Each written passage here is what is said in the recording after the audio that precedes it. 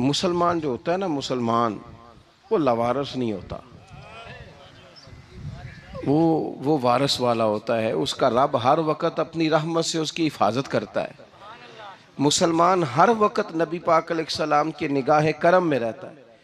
इसे कमज़ोर बातें नहीं करनी चाहिए कि मेरे को पीछे चढ़ गया तो पता नहीं क्या हो जाएगा, बरादरी मुखालफ हो गई तो पता नहीं क्या हो जाएगा, सच बोल दूंगा तो लोग पता नहीं मुझे मार देंगे। ऐसा हो नहीं सकता। छुरी हज़रत इब्राहीम चलाए भी ना तो हज़रत इस्माइल के हलक पे चलना उसने तब भी है जब अल्लाह हुक्म करेगा, तो अल्लाह की हिकमत होगी।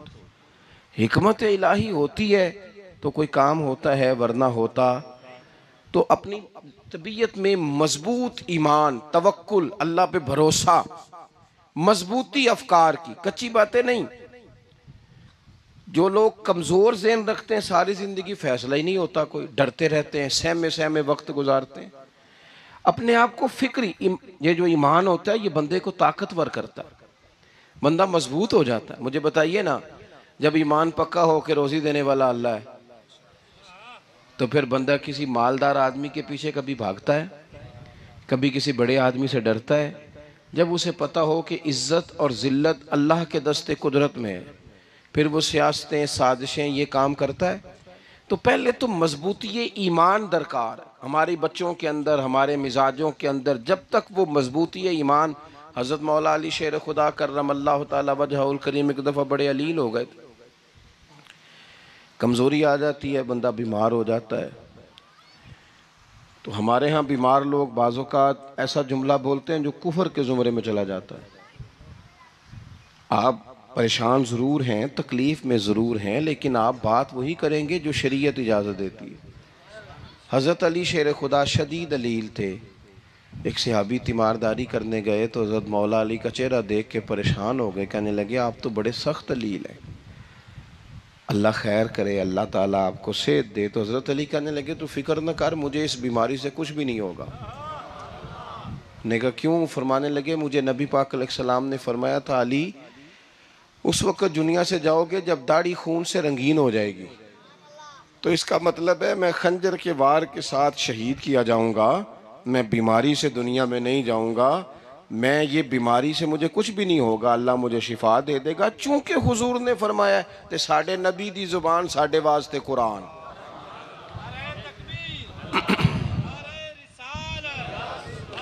तो सबसे पहले तो अपने ईमान के अंदर, तवक्कुल के अंदर मजबूती पैदा करें।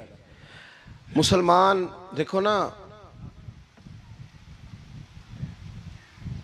नमाज पढ़ने से रोज़ी में बरकत होती है कि नहीं? वैसे जो चुप है उनकी भी होती है कि नहीं? नमाज पढ़ने से रोज़ी में बरकत है, तो फिर इसका मतलब ये है कि जब टाइम आए ना नमाज का, तो गाहक जितने मर्जी खड़े हों फिर दुकान बंद करनी चाहिए, फिर नमाज पढ़नी चाहिए, क्योंकि रोज़ी तो अल्लाह ने देनी है, गाहकों ने तो देनी। तो सबसे पहले ज़रूरी है मजबूती ईमान। मेरी तरफ देखें जी, आप वीडियो ज़रूर बनाएं पर मेरी तरफ भी तो देखें ना जी, अल्लाह आपको खुश रखे। मोबाइल अल्लाह तो महंगे महंगे देवे, पर सारी दिहाड़ी ये काम तरी ना करूँ। आप बनाएं ज़रूर, मैं वीडियो बनाने से मना नहीं करता, सारे बनाएं बेशक, पर देखें मेरी तरफ, मेरी बात पर गौर करें। दोस्तों, मजबूती ईमान, तवक्कुल, अल्लाह की ज़ात पर भरोसा। आप कभी मैदान करबला का पूरा नक्शा अपने सामने रखें ना, पूरा नक्शा। दो चीज़ें हैं, इमाम हुसैन को नज़र आ रहा है अब शहादत हो जाएगी, इतनी बड़ी फौज आई है, खुदा की हिकमत के तकाजे समझ में आ रहे हैं, हालात क्या होंगे समझ आ रही, पर एक लम्हे के लिए भी उनका तवक्कुल कमज़ोर नहीं हुआ। अपने रब पर जो मजबूत भरोसा है, मजबूत। सैयदा तैयबा ताहिरा हज़रत फ़ातिमा ज़हरा रज़ी अल्लाह ताला अन्हा ना ऊंट के बालों की बनी हुई चादर ओढ़कर चक्की पीस रही थी। यहाँ बीबियाँ बड़ा रोती हैं, गरीबी बड़ी है, बड़ी गरीबी है। हालांकि अब कौन बंदा पेबंद वाले कपड़े पहनता है जी, दौर ही गुजर गया। अब तो बड़ी मुश्किल से वो लोग मिलते हैं जो जूता टूट जाए तो गांठ के पहने, वरना तो नए जूते आ जाते हैं। हजरत सैयदा पाक ऊंट के बालों की बनी हुई चादर ओढ़ के चक्की पीस रही थी। तो नबी पाक सल्लल्लाहु अलैहि वसल्लम ने देखा, आंखों में आंसू जरूर आए, पर महबूब ने फरमाया, फातिमा दुनिया में थोड़ी सी तकलीफ बर्दाश्त करो, क़यामत की सारी इज्जतें अल्लाह आपको ही अता फरमाएगा। तो तवक्कुल की मजबूती, अल्लाह की ज़ात पर भरोसा, अपने रब करीम के साथ उम्मीदों का वाबस्ता करना, इससे मजबूती आएगी। दूसरा फरमाया, वामिलुस सालिहात, बेहतरीन अमल किया जाए, जिंदगी में नेक अमाल किए जाए, वक्त ज़ाया ना किया जाए। हर वक्त कोई ना कोई काम बंदा करता रहे। यहाँ बहुत सारे लोग हैं जिनको लोग नेक कहना शुरू कर देते हैं ना, वो समझ लेते हैं शायद हम सच्ची मुची नेक हैं। लोग जो कहते हैं हजरत साहब किबला, पीर साहब किबला, मैं ये तालिब इल्मों को, दोस्तों को, बल्कि अपने आप को भी कई दफ़ा कहता रहता हूँ, अपने आप को समझाता हूँ कि ये लोग तुझे कह रहे हैं हजरत साहब, ये तो रात को तो अपने आप से पूछना, अपने रब से पूछ। कभी मौका मिले तो अपनी गिरेबान में झांक, गौर करके तेरी कैफियत क्या है, तन्हाई में तेरा दिल अल्लाह से जुड़ता है कि नहीं, इबादत में दिल लगता है कि नहीं, खुदा का खौफ दिल में रहता है कि नहीं, गरीब की मोहब्बत, अजीजों कुर्बत वालों का एहसास तबीयत में मौजूद रहता है कि नहीं। वैसे तो मेरा मतलब है, लोग कह देते हैं हाजी साहब आप बड़े सखी हैं, तो इससे तो नहीं ना बंदे ने सखी होना।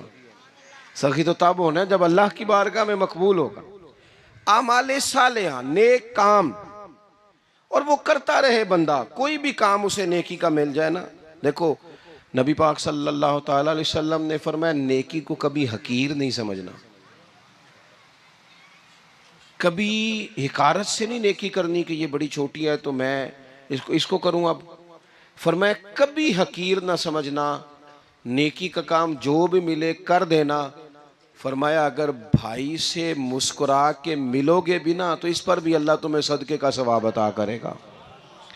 हम तो उस दिन से के मानने वाले हैं जो कहते हैं तू गली से रोड़ा उठा दे, कांटा उठा दे, किसी की तकलीफ दूर कर दे, किसी पर गुंजाइश कर दे, किसी के लिए आसानी कर दे, जो भी खैर का काम मुयस्सर आए पूरे दिन में उसे छोड़े नहीं। सुबह घर से निकले, वो एक सहाबी थे, गालिबन ताबी थे, तो बाजार जाते अपने गुलाम के साथ, तो सारा बाजार घूम के वापस आ गए। खादिम ने कहा जनाब को ना कोई खरीदा ना कुछ बेचा, तो आप सारा बाजार घूम के आ गए। फरमाने लगे तेरा क्या ख्याल है, मैंने कुछ भी नहीं किया। कहा जनाब फिर क्या किया है। फरमाने लगे तुमने देखा है जो बंदा भी गुजरा है मैंने उसको कहा अस्सलाम वालेकुम, तो कितनी को नेकियां मैं जमा करके आ गया हूँ। कोई खैर जो मुयस्सर आए, हम समझते हैं कि शायद कोई करोड़ को रुपया होगा तो पूरी मस्जिद बनाऊंगा तो फिर मैंने नेकी कर दी है, शायद जनाब मैं, हालांकि ये छोटे छोटे काम है ना, छोटे छोटे काम, इनसे तो इनकी तो ज्यादा जरूरत होती है, इनकी तो ज्यादा हाजत होती है।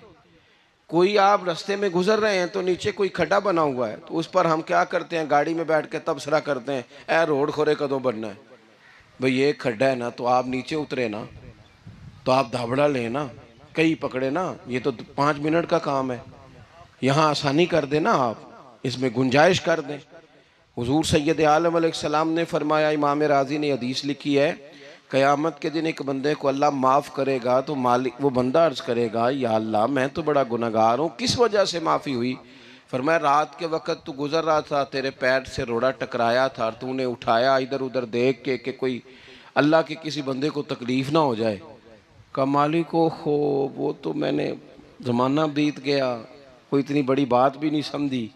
तो रब करीम ने फरमाया तो रात के अंधेरों में भी मेरे बंदों का ख्याल रखता था, तो मैं तेरा ख्याल ना करूं। कोई अमल हमारे यहाँ लोग कोई काम नहीं करते, बिल्कुल नहीं, कोई काम नहीं, ना बड़े ना छोटे ना समझदार ना अनपढ़, कुछ भी नहीं। नशिस्तन गुफ्तन बरखास्तन, बैठो राज के गप्पे मारो, तबसरे करो, फलाना कुछ नहीं कर रहा, फलाना कुछ नहीं कर रहा, उसके बाद उठ के चले जाओ, कुछ करें। वामिलुस सालिहात, नेकियां जमा करें जिंदगी में, खजाना बनाएं, खजाना, अपनी ड्यूटियां अपनी जिम्मेदारियां पूरी करें, हर वक्त काम, हर वक्त जिम्मेदारी, हर वक्त ड्यूटी। देखिए ना इमाम हसन और हुसैन, इनकी आप कभी जिंदगी का मुताला करें, फर्ज नमाज के अलावा 100 रकत नमाज नफल रोज पढ़नी है, पता करना है गरीब कहाँ कहाँ हैं, उनका ख्याल रखना है, और नीरे पैसे नहीं देने। हमारे यहाँ लोग गरीबों को पैसे ज़रूर देते हैं, इज्जत नहीं देते।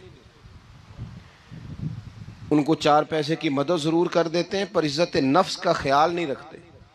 इमाम ज़ैनुल आबिदीन रदी अल्लाह ताला अन्हु फरमाते हैं, गुजर रहे थे, आप देखें ना, इमाम गज़ाली हदीस लाए हैं कि बंदा और कुछ ना करे, किसी मोमिन का दिल राज़ी कर दे तो अल्लाह 60 साल की नफली इबादत का सवाब अता करता है। दिल बदस्तावर के हज अकबर अस्त, अज हज़ारा का यक दिल बेहतर अस्त। किसी का दिल खुश कर देना, उसको राहत दे देना, उसको करार दे देना, उसके लिए कोई ऐसा सामान कर देना कि बंदा मुतमईन हो जाए, सुकून हो जाए। ये हमारे यहाँ जो लोग होते हैं ना, सरकारी मुलाजिमीन, ड्यूटियों वाले, इनकी तबीयतों में तलखी होती है। ये अगर सिर्फ प्यार करने लग जाए ना, मैं कुछ मेडिकल से वाबस्ता लोग मेरे अहबाब में से हैं, तो मैं उनसे कहता हूँ कि शिफा तो अल्लाह ने देनी है, चलो तुम दवाई तो हंस के दिया करो ना, तुम आने वाले की बात तो तवज्जो से सुनो। वो बेचारा अपनी बात, हमारे एक बुजुर्ग थे तो तावीज़ लिखा करते थे, बड़े आलिम थे। मुझे कुछ थोड़ी सी ना मेरे दिल में उनके बारे में खफगी रहती थी कि आप इतने बड़े आलिम हैं, आप किताब लिखें, आप तवीज़ लिख रहे हैं, और फिर लोगों ने कमाई करनी होती है, आप तो मुफ्त देते हैं सारा कुछ। इतनी लंबी ड्यूटी, सारा दिन बैठे रहते हैं आप और लिखते तवीज़ हैं, पढ़ाएं आप। मैंने एक दिन उनसे गुजारिश की, मैंने कहा शेख आप बड़े आदमी हैं, जिन लोगों को अल्लाह ने रसूख फिल इल्म अता फरमाया होता है उनमें से आप हैं। अल्लाह ने आपको पुख्तगी दी है, इल्म में शौरी आलिम में, आप सारा दिन तावीज़। फरमाने लगे यार मैं तावीज़ नहीं लिखता, असल मसला ये है कि जो तावीज़ लेने आता है वो अपना सारा दुख सुनाता है, तो मैं तावीज़ नहीं लिखता, मैं ना बस लोगों के कलेजे ठंडे करता हूँ। मैं किसी का, अब तो बच्चों के पास टाइम ही नहीं, वो तो अब्बा का दुख नहीं सुनते, बिल्कुल नहीं। वो तो ढूंढते हैं कोई कोना मिले तो जाके मोबाइल देखें, वो तो बैठते ही नहीं। अम्मा कह रही होती है कि पुत्र को 10 मिनट मेरे पास भी बैठा कर, लेकिन पुत्र मसरूफ़ बड़ा है, वीडियो चढ़ानी है उसने, टिकटॉक बनाना है उसने नई तस्वीर चढ़ानी है। हम उलझ गए। ये चीज़ें इंसान को नफसियाती तौर पर कमज़ोर कर देती हैं। जो लोग ज़्यादा ये काम करते हैं उनके हाफ़ज़े कमज़ोर हो जाते हैं, वो उलझ जाते हैं, उन्हें पता नहीं होता रात मैंने क्या कहा था, सुबह मैं क्या कह रहा हूँ। हर वक्त नहीं, ज़रूरत के वक्त, हर टाइम नहीं, मखसूस औकात में। हज़रत इमाम ज़ैनुल आबिदीन रदी अल्लाह ताला अन्हु फरमाने लगे, हम गुजर रहे थे, इमाम हुसैन साथ थे,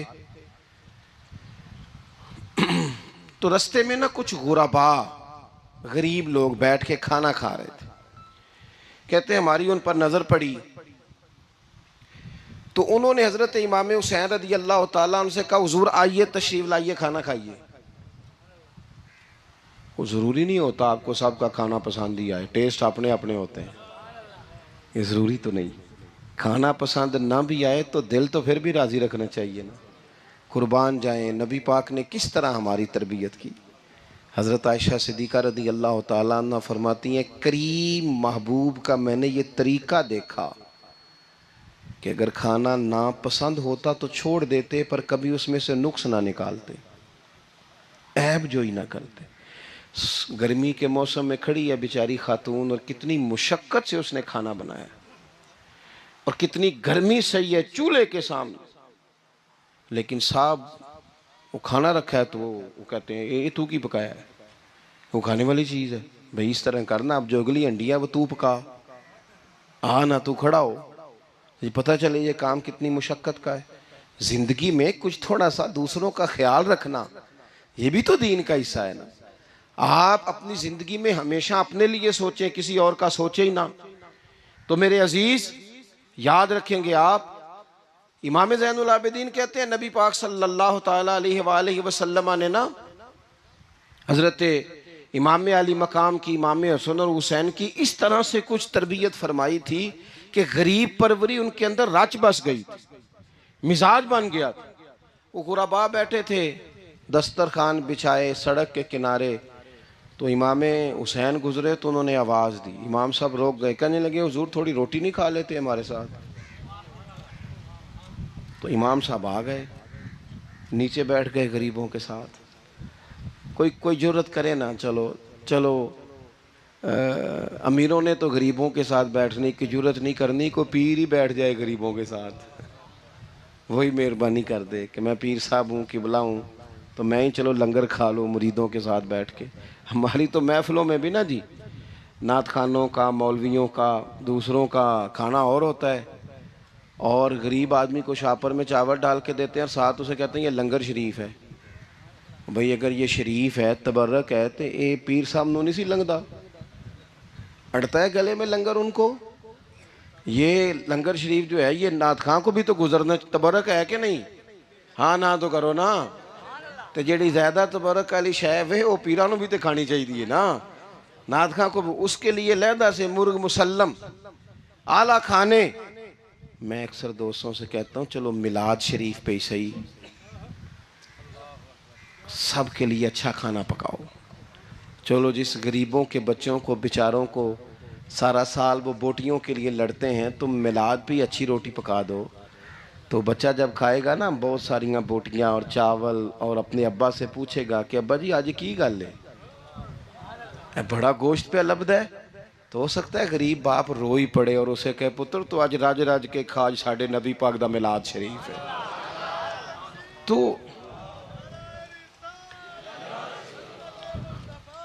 तो इमाम हुसैन रदी अल्लाह ताला अन्हु ना आके गरीबों के बीच बैठ गए जमीन पे।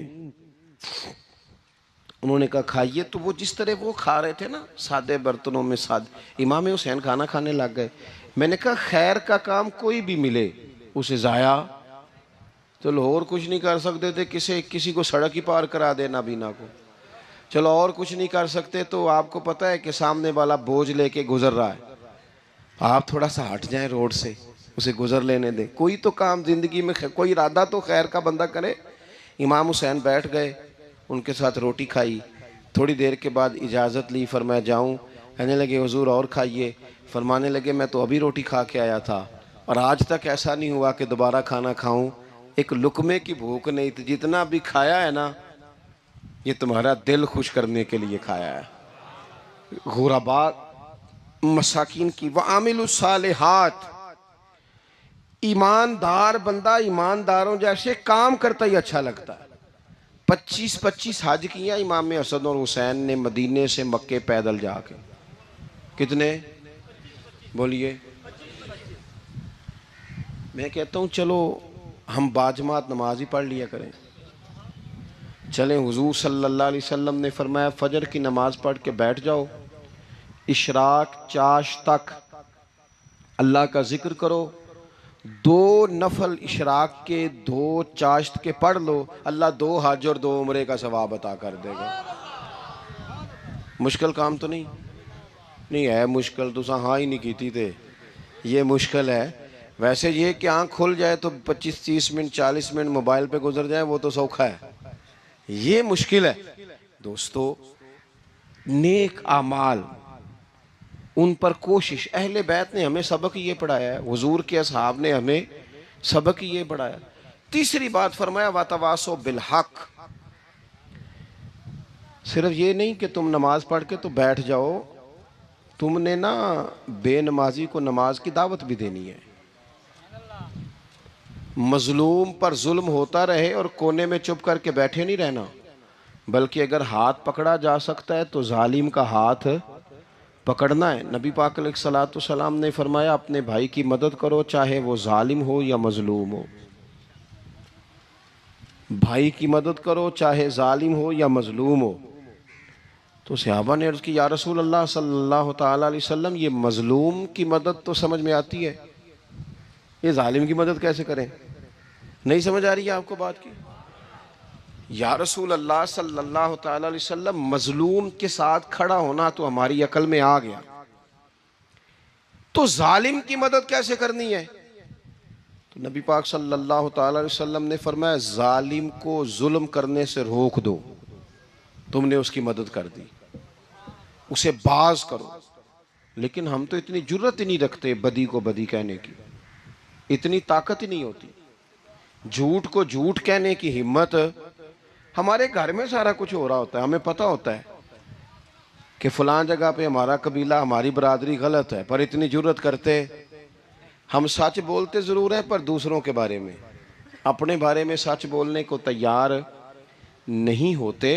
जुर्रत का मुजाहरा करें ज़िंदगी में, हक को हक कहना सीखें, गलत को गलत कहना सीखें, झूठ को झूठ कहें, बदी को बदी कहें, सच्चाई का साथ दें हमेशा।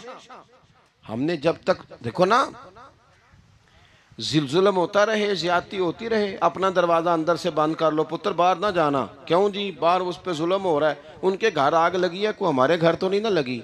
याद रखना, पड़ोसियों की आग ना बुझाओगे तो अपने घर भी आ जाएगी। अगर मजलूम का हाथ नहीं पकड़ोगे तो जालिम दलेर हो जाएगा। और हमारे जितने भी बुजुर्ग गुजरे, उन्होंने जालिमों को जालिम कहा। इमाम अहमद बिन हंबल ने जेल काटी, इमाम आजम अबू हनीफा ने जेल काटी। आजकल लोग कहते हैं मौलाना साहब आपने ना जनाब गलत को गलत नहीं कहना, सियासत की बात नहीं करनी। क्यों जी? किस लिए नहीं करनी? सियासत तो तदबीर का नाम है। बनु इसराइल में जितनी भी तदबीर होती थी वो सारे अंबिया किया करते थे। क्यों ना बात करें? ये जिन कुर्सियों पे आज तुमने जालिमों जाबिरों को बिठाया, ये कुर्सी तो हजरत अबू बकर सिद्दीक जैसे लोगों की है, ये तो हजरत उमर जैसे लोगों की सीट है, हजरत उस्मान गनी जैसे लोगों का काम है, मौला अली जैसे लोगों का काम है। गलत जगहों पे गलत लोग बिठा दिए और फिर झूठे को झूठा भी ना कहे, जालिम को जालिम भी ना कहे। हमसे ना रकम होंगे कसीदे यजीद के, क्योंकि हम लोग तो हुसैन के सीरत निगार हैं। ये क्या बात हुई? आप सच्ची बात ही ना करें, कलीमा हक कहें हमेशा, खरी बात कहें सच्ची, गरचे अपना नुकसान हो, हक के साथ खड़े होना सीखें। वतवासो बिल हक, सारी आसानी थी। इमाम हुसैन को कोई मसला नहीं था, आराम से बैठे थे। आज कितने मौजों में बैठे हैं, पीर साहिबान, मौलवी साहिबान, खतीब साहिबान, सियासतदान, वडेरे, मौज लगी हुई है। किसी को कुछ नहीं कहना, कुछ कहेंगे तो फिर बंदे मुखालफत करेंगे। तो इमाम हुसैन मस्जिद नबी में जुम्मा पढ़ाते थे, चुप करके बैठे रहते। हुजूर सैयद आलम अलैहिस्सलाम के मज़ार अनवर के पास बैठे थे, बैठे रहते।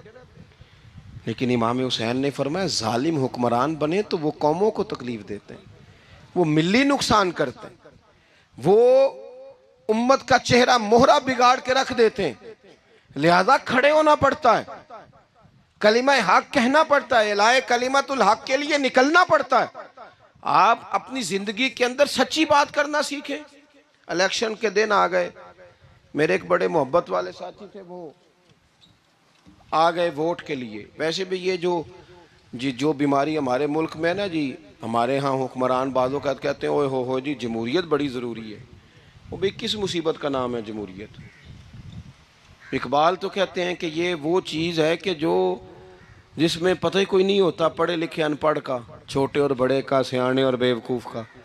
जमहूरियत वो तर्ज हुकूमत है कि जिसमें बंदों को गिना करते हैं, तोला नहीं करते। किस तुम क्या रागल आप रहते हो हर वक्त? कौम को उसका हक मिलना चाहिए, गरीब की मदद होनी चाहिए, इंसाफ मिलना चाहिए। बाकी ये तुम्हारी कहानियां हैं डिक्टेटरशिप और जमहूरियत, और हमें तुम्हारी समझ भी नहीं आती। हर डिक्टेटर के साथ होते हो, बातें जमहूरियत की करते हो, जहां तुम्हारा दिल करता खड़े रहते हो। हमें तो कोई उससे गरज नहीं, काम होना चाहिए। बल्कि जो लोग कुव्वत नाफजा रखते हैं उन्हें समझना चाहिए कि मुल्क की भाग दौड़ हमेशा मजबूत हाथों में रहे और वो इस तरह का निज़ाम वज़ा करें, मिल बैठे सारे इदारे कि गरीब की सुनी जाए। वो मुझे बड़ी अच्छी तरह याद है, जब वो एक हुकूमत ख़त्म हुई और जो एक फ़ौजी रह के गए थे 11 साल, उनकी हुकूमत आई तो मैं बाहर निकला तो एक बुज़ुर्ग थे, वो सुबह सुबह नाश्ता बेचा करते थे हमारे इलाके में, चावल और चने बने। तो मैंने उनसे कहा बुजुर्गो पता लगा जी रात की हुकूमत बदल गई है। तो फरमान लगे पुत्र जेड़ा मर्जी भी आ जाए, मैं तो यार चौल बेच के रोटी खानी है, हमें तो इनसे गरज ही नहीं। अल्लाह जाने कौन आया कौन गया, तो खेल तमाशा बनाया हुआ है। तो झूठे को झूठा कहें। मेरे एक दोस्त हैं इलेक्शन लड़ते हैं, मुझे एक दफ़ा आके कहने लगे आपने कभी वोट नहीं डाला, इस दफ़ा ज़रूर डाले। मैंने कहा नहीं डालता मैं। कहने लगे वोट कौम की अमानत है। तो मैंने कहा अमानत किसी बेईमान को दे दूं? अमानत तो अमानतदार को दी जाती। नहीं समझे आप बात? ये सारे कहते हैं ना वोट कौम की, तो अमानत किसको देनी चाहिए? सही बताओ। चलो हुण तुसीं बोलना नहीं, बस दिल च गल रखनी, दिल च। देंदे वैसे ईमानदारा नहीं हो ना? नहीं, मैंने कहा बोलना नहीं, एवं किसी को पता ना लग जाए। देते वैसे ईमानदारों को ही हो ना? ये अपने दिल से पूछो, फैसला लो, अल्लाह से डरो। जालिम का मददगार जालिम होता है, जालिमों का मददगार जालिम होता है।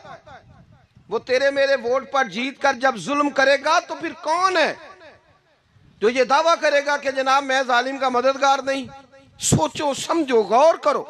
अजीज भाई, इमाम हुसैन रदी अल्लाह ताला अन्हु ने फरमाया सच को सच कहेंगे, झूठ को झूठ कहेंगे।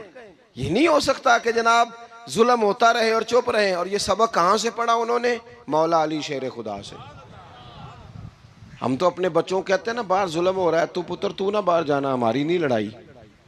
लेकिन जब हज़रत उस्मान गनी रदी अल्लाह ताला अन्हु पर बलवाइयों ने हमला किया ना, तो चूँकि हज़रत उस्मान गनी खालू थे इमाम हसन और हुसैन के, हज़रत उस्मान खालू हैं, सगे खालू हैं, तो हज़रत मौला अली शेर खुदा ने ये नहीं कहा कि पुत्र इतने बंदे आ गए हैं, तलवारें हैं, मुआसरा है, बाहर ना निकलना। बल्कि हज़रत मौला अली ने ख़ुद अपने दोनों बेटों को तलवारें पकड़ाईं और हज़रत उस्मान गनी के दरवाजे पे खड़ा करके कहा पुत्र ख्याल रखना, तुम्हारे होते हुए कोई भी शख्स हज़रत उस्मान गनी का दरवाज़ा ना क्रॉस कर पाए। खुद अपने बच्चों को हर जंग में हज़रत अली साथ लेके जाते थे। हम तो बच्चों को दिलेरी सिखाते ही नहीं, बुज़दिल। और कुछ हमें बाबे मिल गए, वो कहते मुंडे नूं साया है। मैं क्या बाबे नूं आप साया है, इनू भी करो दम कराओ, इसको नजरी साया आता है। कैसे नादानों से पाला पड़ गया। क्या होता है वो साया? अच्छे भले सियाने नौजवान बत्ती बंद करके अंदर लेटा हुआ बच्चा है, बाबे नूं बाबा कह गया इनू साया है। बाबा केड़ा कह गया जेड़ा बाहर रोटी लैन आया सी? भी एडी पहुंची सरकार होंदी तो टुकर ही घर खा लेंदी। लोगों के किस्मत का हाल बताता है, अपनी इतनी खराब है कि मांगता फिरता है। क्या मजाक बनाया हमने अपने साथ। थोड़े समझदार हो जाए, हर बंदे की बात का असर कबूल ना किया करें। मोमिन के पास ताकतें होती हैं, जो जिधर लगाता है चुप करके लग जाते हो। इन्नल्लज़ीना क़ालू रब्बुनल्लाहु सुम्मा इस्तक़ामू ततनज़्ज़लु अलैहिमुल मलाइका। अल्लाह कहता है तू डटना सीख, रब का नाम लेके डट जा, रब तेरी मदद के लिए फरिश्ते भी नाज़िल कर देगा। कहीं खड़े होना सीखे, जिसका जो मन आता है वो तबाही करके गुजर जाता है, बिल्कुल कतन नहीं। तो इमाम हुसैन ने सही को सही कहा, गलत को गलत कहा, और डट के कहा, और पूरे वसूख से कहा, और पूरी वो हजरत इमाम अबू मालिक खड़े थे ना, तो ये बादशाह बड़ी बड़ी गलत बातें भी करते हैं। अच्छा चले सही बताएं आप, मैं आपको अपनी बात बताता हूँ। कई दफ़ा ऐसे होता है, कई दफ़ा के बात कोई हो जाती है, कर लेते हैं, तो कोई साथी तवज्जो दिलाता है कि आप तो बोलते बोलते ये कह गए, तो एहसास होता है ओहो यार गलती हो गई, हो जाता है। बड़े बड़े जो मुहद्दिसीन थे, बड़े बड़े लोग, उन्होंने कहा यार हमारी ये राय थी, फिर उसके बाद हमें ये पता चल गया, अब हमारी राय बदल गई है। इसको रुजू करना कहते हैं। बड़े बड़े लोगों ने कर लिया। लेकिन हमारी सियासी जमातों का हाल ये है कि उनके किसी कारकुन से पूछे ना तुम्हारे लीडर ने कभी गलती की है, तो वो क्या ने क्यों? माज़अल्लाह ये फरिश्ते क्या है? ये गलती नहीं कर सकते। अगर बड़े बड़े लोग कहते हैं यार यहाँ हम भूल गए थे, ताकि सहाबा किराम अलैहिम रिदवान अपनी राय से रुजू करते। यहाँ क्या हाल हो गया, किस चक्कर में हम पड़ गए? जमातों को बुत ना बनाओ, वो जमाते रहने दो, अगरचे बुत हैं जमात की आस्तीनों में, पर मुझे हुक्म अज़ां ला इलाहा इल्लल्लाह। तो सच को सच, झूठ को झूठ। हजरत इमाम अबू मालिक खड़े थे, तो हारून रशीद बादशाह था। कुछ बड़े खुश आमदी लोग होते हैं, नहीं जी नहीं सरकार आपकी तो क्या बात है, क्यों जी इतनी तारीफें क्यों कर रहे हो? कहते हैं इसने खर्चा किया, मस्जिद बनवा के दी है, ये जनाब चंदे देता है। वो खुदा के बंदो, चंदा देने का मतलब ये जो मर्जी कह जाए। हजरत इमाम मालिक हारून रशीद के बड़े बादशाह के दरबार में खड़े थे, किसी बड़े के, हारून रशीद था या कोई और था, तो तो वो ना मक्खी बार बार बादशाह को तंग करती। मक्खी कई दफा नहीं काबू आती, 3-4 बंदे भी लग जाए तो नहीं काबू आती, पकड़ी नहीं जाती, मक्खी जो हुई। वो मक्खी बड़ा तंग कर रही थी, तो उसने ना गलत जुमला कह दिया, गलत कहने लगा माज अल्लाह सुम्मा माज अल्लाह नकले कुफर कुफर ना बाशे। कहने लगा इमाम मालिक से क्या जरूरत थी अल्लाह ताला को ये मक्खी क्यों बनाई? अल्लाह की तख्लीक पर एतराज कर रहा है माज। अब खुशामदी को बंदा होता तो कहता जी वो मसला ये है जी, वो असल बात ये है जी, आप बैठें जी, ठंडे दिमाग से समझाता हूँ। लेकिन वो नशे में चूर है ना, तख्त पे बैठा है, सख्त बात कर दी कि क्यों बनाई मक्खी। तो इमाम साहब उठ के खड़े हो गए, हाथ में छड़ी पकड़ी थी, जोर से जमीन पे मारी, फरमाने लगे ये मक्खी ना अल्लाह ने तेरे जैसे लोगों का गुरूर तोड़ने के लिए बनाई है कि संभाली तो तुमसे मक्खी भी नहीं जाती, तो दावे बड़े करते हो कि तेरे जैसे बंदों का गुरूर तोड़ने को बनाई है। चुप कर गया, कहने लगा हुजूर गलती हो गई थी, आइंदा नहीं करूँगा। तो आप जब झूठ को झूठ कहते हैं और सच को सच कहते हैं, हक की तारीफ करते हैं, बातिल को बयान करते हैं, फिर लोग मुखालफत करते हैं। अब जब लोग मुखालफत करेंगे फिर तकलीफ आएगी, और तकलीफें बड़ी सोहनी होती हैं। जब तकलीफ आए तो रब कहता है वातवासो बिस्सब्र, अब एक दूसरे को सब्र की नसीहत करो। ये जब दुख आते हैं ना, दुख बंदे को नरम कर देते हैं, बीमारी नफसानी ख्वाहिशात को ख़त्म कर देती है। बीमार बंदा, उसका किसी गलती की तरफ ध्यान ही नहीं जाता, वो पूरा जुड़ जाता है अपने रब से, उसके अंदर से नफसानी ख्वाहिशात ख़त्म हो जाती हैं। जब आप दुखी होते हैं ना, फिर कोई सजदे का मज़ा आता है, फिर कोई दुआ में लुत्फ़ आता है, फिर कोई रब से दिल लगाने में मज़ा आता है, फिर दिल करता है कि कोई बंदा मौजूद ना हो, मैं अकेला हूँ मस्जिद में, रज के याद करूँ अपने मालिक को। जब आप सब्र करते हैं, कुरान पाक में ना कमोबेश कोई 99 के करीब 90 से ज़्यादा मरतबा सब्र का जिक्र है, और मुहद्दिसीन ने तसरीह की है कि कोई 500 के लगभग हदीस पाक में सब्र का जिक्र है। हौसले से, सब्र से, वतवासो बिस्सब्र, सब्र बंदा करके दिखाए, उसके अंदर हौसला हो, दलेरी हो। हम ना जल्दबाज हो जाते हैं, बाद बुजुर्ग भी नाराज ना हो तो वो भी बड़े जल्दबाज, फटाफट काम होना चाहिए, बाज बच्चे भी, बाज जनाब सियाने लोग, बड़ी जल्दी है। बंदे ने रोज़ा रखा हुआ ना गर्मियों का, तो असर के वक़्त अगर वो बड़ा सौड़ा पड़ जाए ना तो रोज़ा फिर खुल जाता है। बोलिए, बड़ी जल्दी है जी, बड़ी टेंशन है जी, बड़ा लग रहा है, तो खुल जाएगा ये कहने से। उसने कब खुलना है? बोलिए, आपको तकलीफ़ हो गई, आपको खुदा न खास्ता डॉक्टर ने कहा छोटा सा ऑपरेट करना है आपका, शाम को ठीक हो जाएंगे जी, तो जल्दी बड़ी है, दर्द बड़ी हो रही, जल्दी करें डॉक्टर साहब। तो डॉक्टर कहता है पहले खून टेस्ट करा, फिर ब्लड प्रेशर अपना चेक करा, फिर शुगर चेक करा, परसों रिपोर्ट आएगी, फिर शाम को लेके आना, फिर टाइम दूंगा, फिर टाइम देगा, फिर ऑपरेट करेगा, फिर दवाइयाँ लिखेगा, फिर आपको आराम का मशवरा देगा, फिर 2-3 माह लगेंगे, फिर तबीयत पूरी तरह। तो करना क्या पड़ेगा? सब्र। क्या करना पड़ेगा? सब्र। सब्र जिंदगी में ज़रूरी है। अगर सब्र नहीं तो फिर कोई काम भी, अपने मिजाज में हौसला लाएं, हिल्म हो, बुर्दबारी हो, सब्र हो, तहम्मुल हो। इमाम अली मकाम रदी अल्लाह ताला अन्हु को आप देख लें, मैदान करबला पूरा पढ़ लें आप, पूरी तारीख रिवायात खंगाल के देख लें। सामने तलवारें थीं यजीद के लश्कर के पास, इमाम के पास हौसला था। वहाँ जुल्म जबर हो रहा था, यहाँ हौसला, हिलम, बुर्दबारी, आला ज़र्फी, करम। दोस्तों, जब सब्र और तलवारें आपस में टकराई ना, सब्र और तलवारें, तो तलवारें हार गईं, सब्र जीत गया। सब्र हमेशा जीत जाया करता है।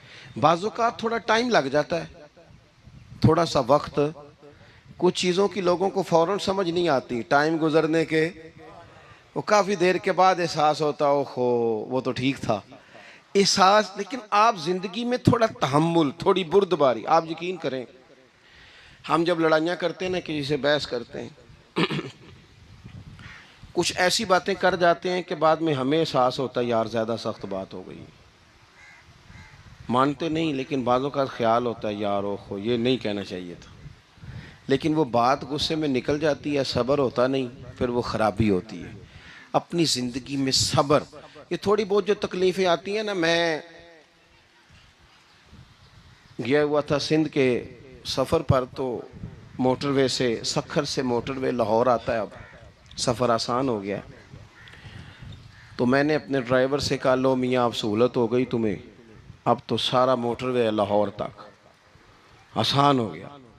तो मुझे कहने लगा नहीं हज़रत साहब ये मुश्किल है। मैंने कहा जी क्यों? कहने लगे नींद आने लग जाती है।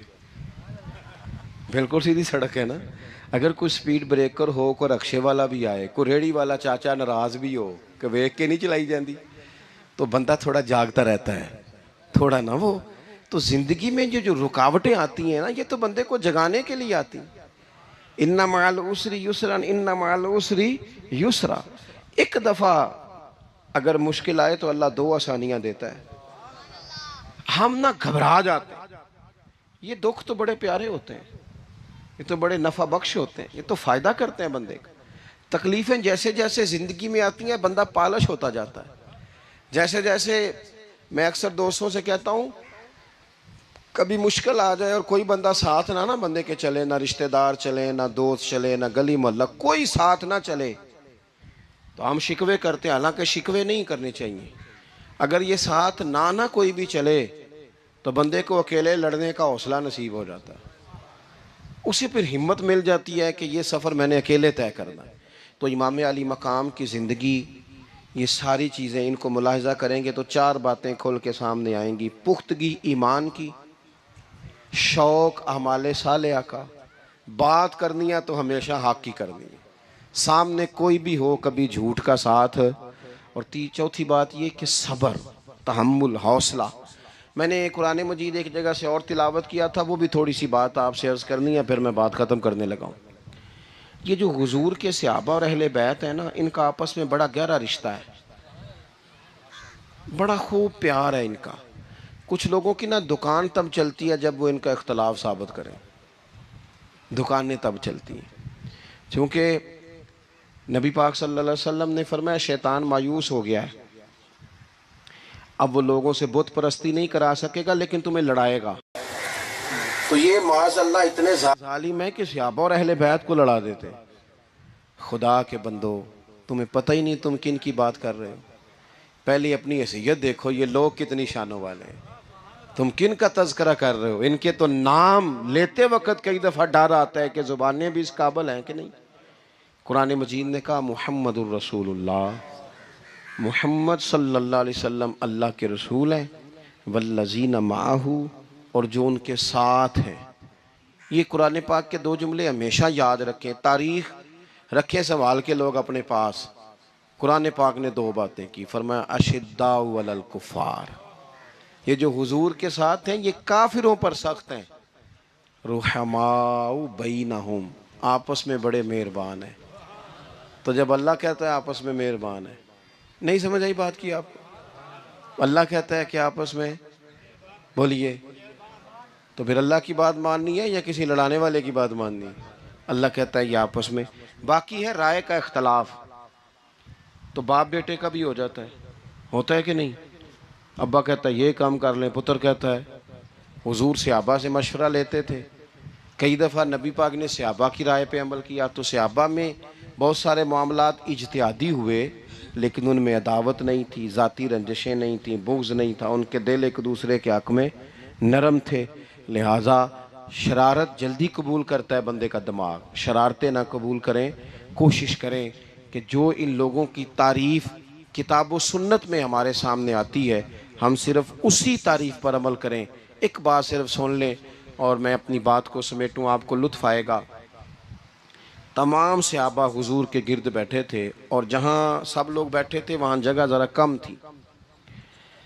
हज़रत सय्यदना अबू बकर सिद्दीक़ रज़ी अल्लाह ताला अन्हु बिल्कुल हुजूर के साथ बैठे थे, वो आज भी बिल्कुल ही हुजूर के साथ हैं। क्या मुकद्दर हैं सिद्दीक़ व फ़ारूक के, जिनके घर रहमतों के ख़ज़ीने में बिल्कुल साथ बैठे थे। अचानक हजरत मौला अली शेर खुदा आ गए। कोई से अभी भी उठकर जगह दे देता और सारे देना भी चाह रहे थे, लेकिन हजरत मौला अली जैसे ही आए ना, सबसे पहले हजरत सिद्दीक अकबर उठे और बाजू थाम के आगे जाके बढ़ के मौला अली का बाजू थाम के हुजूर के करीब ला के बिठाया, खुद जरा साइड पे होकर बैठ गए। अब ये हुजूर के सामने सारा कुछ हो रहा है तो बोलना किसने था? किसी को जरूरत ही नहीं होती थी महबूब के सामने कोई तबसरा करे, कोई कर ही नहीं सकता था, किसी को जरूरत ही नहीं थी।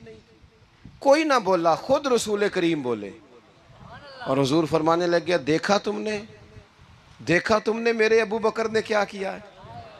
और फिर हुजूर ने जो जुमले कहे वो याद रखने वाले हैं। शेख इस्माइल हक्की ने इसको लिखा है। नबी करीम फरमाने लगे, इज्जत वाला ही किसी को इज्जत दिया करता है, फजल वाले लोग ही दूसरे का फजल समझा करते हैं। तो ये तो साहिब बेइज्जत लोग थे, ये तो एक दूसरे को इज्जतें देते थे। तुम कौन हो जो इज्जतें उतार रहे हो? तुम कौन हो जो इस तरह का लहजा इख्तियार किए हुए हो? तो इन लोगों का आपस में गहरा ताल्लुक, रब, प्यार, मोहब्बतें, खुलूस वारफ्तगियाँ। तो कभी भी किसी ऐसे शख्स के चक्कर में ना आए जो हमें इन लोगों से लड़ाने की सही करे।